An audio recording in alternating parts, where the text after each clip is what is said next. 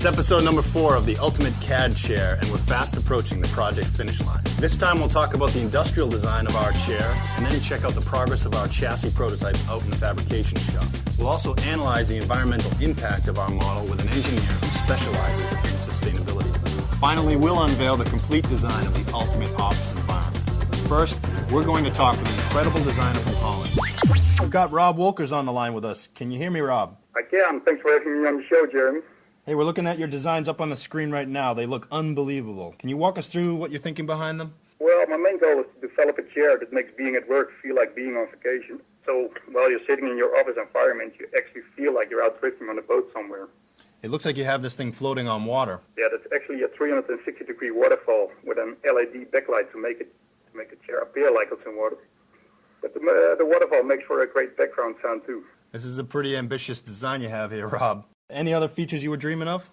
Auto-rotate mechanisms, surround sound speakers, maybe a biometric system to recognize the user. Well, these ideas are great, but you know as well as I, time and money are critical issues in product design, and compromises are definitely going to have to be made. Yeah, I hear you.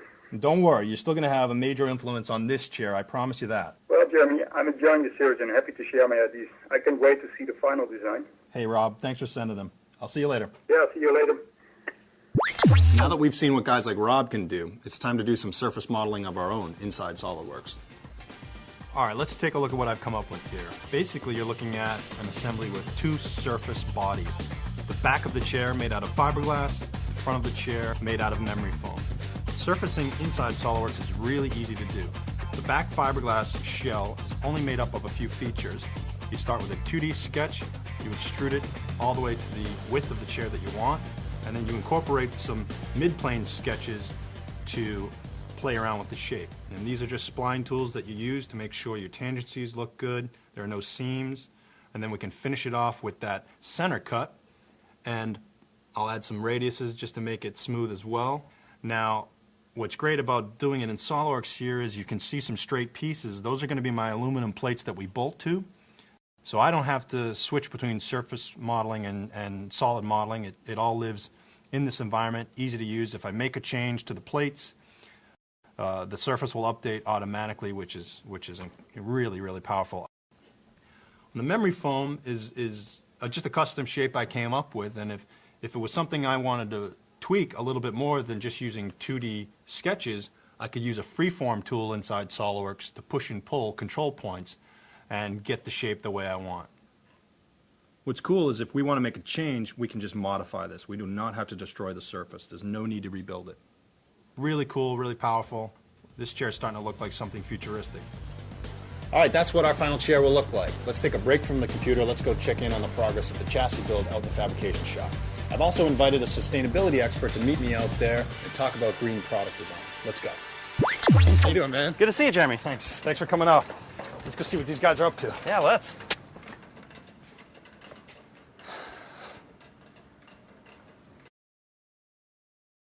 What are we, union now?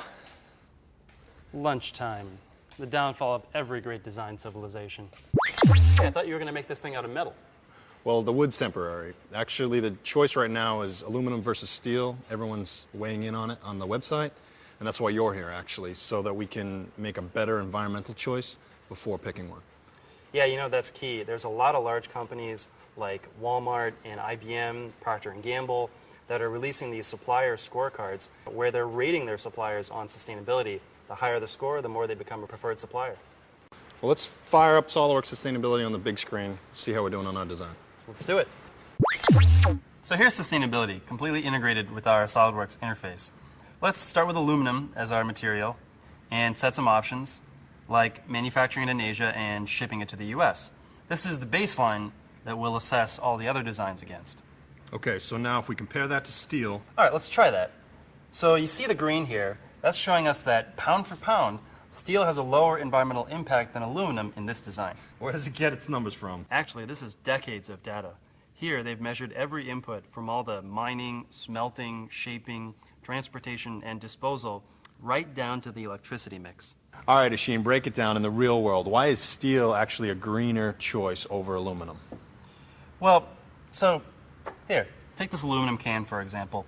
To make this, first you got to take this rock called bauxite and refine that into aluminum oxide, and then smelt that into aluminum. And that smelting takes a ton of electricity. Compared to steel, making steel from iron ore, that doesn't take as much energy. All right, well, what if we recycle that can? Well, if I toss this in the recycle bin, I just saved enough energy to power my plasma TV for about an hour. That's a lot of cost benefit. That's impressive. Well, thanks for coming in, Asheen. Hey, it's been a lot of fun, and I hope your build guys come back. I'd love to see this thing in all its glory. Me too. Apparently, my build guys are waiting on a final design. Luckily, I'm one step ahead of them. All right, are you ready to see the final design? Let me take you through it. Okay, let's start with the floor. We're going to add the chassis on top of that. The gantry or the linear actuator is going to sit on top of the chassis. The next piece is the wall surround. Easy to assemble, easy to take apart. Next up is going to be a drafting table. In the spirit of my buddy Rob Wolkers, I did add a waterfall to the design. It's going to be separate from the chair, off along one of the wall panels. And then, of course, we've got this custom chair. There's going to be a supporting arm to connect it to the linear actuator. There's the displays we need to worry about, and those will have two positions. One is a non-working position where they're flush mounted against the wall, and then they'll move using an ergotron mount into a load or work position when we're in our chair. I also downloaded 3D Connexion controllers from 3D Content Central. Now finally, it's not the ultimate CAD chair without having all the controls at our fingertips, which brings us to this week's vote. All right, this week's vote you can totally geek out on. We need to power up this entire assembly from the chair. You need switches. Do you guys want to vote for military grade switches? Or do you want minivan grade switches?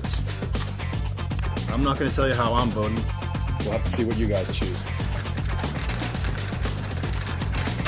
All right, you guys remember to get your votes in. We'll see you next time on Let's Go Design.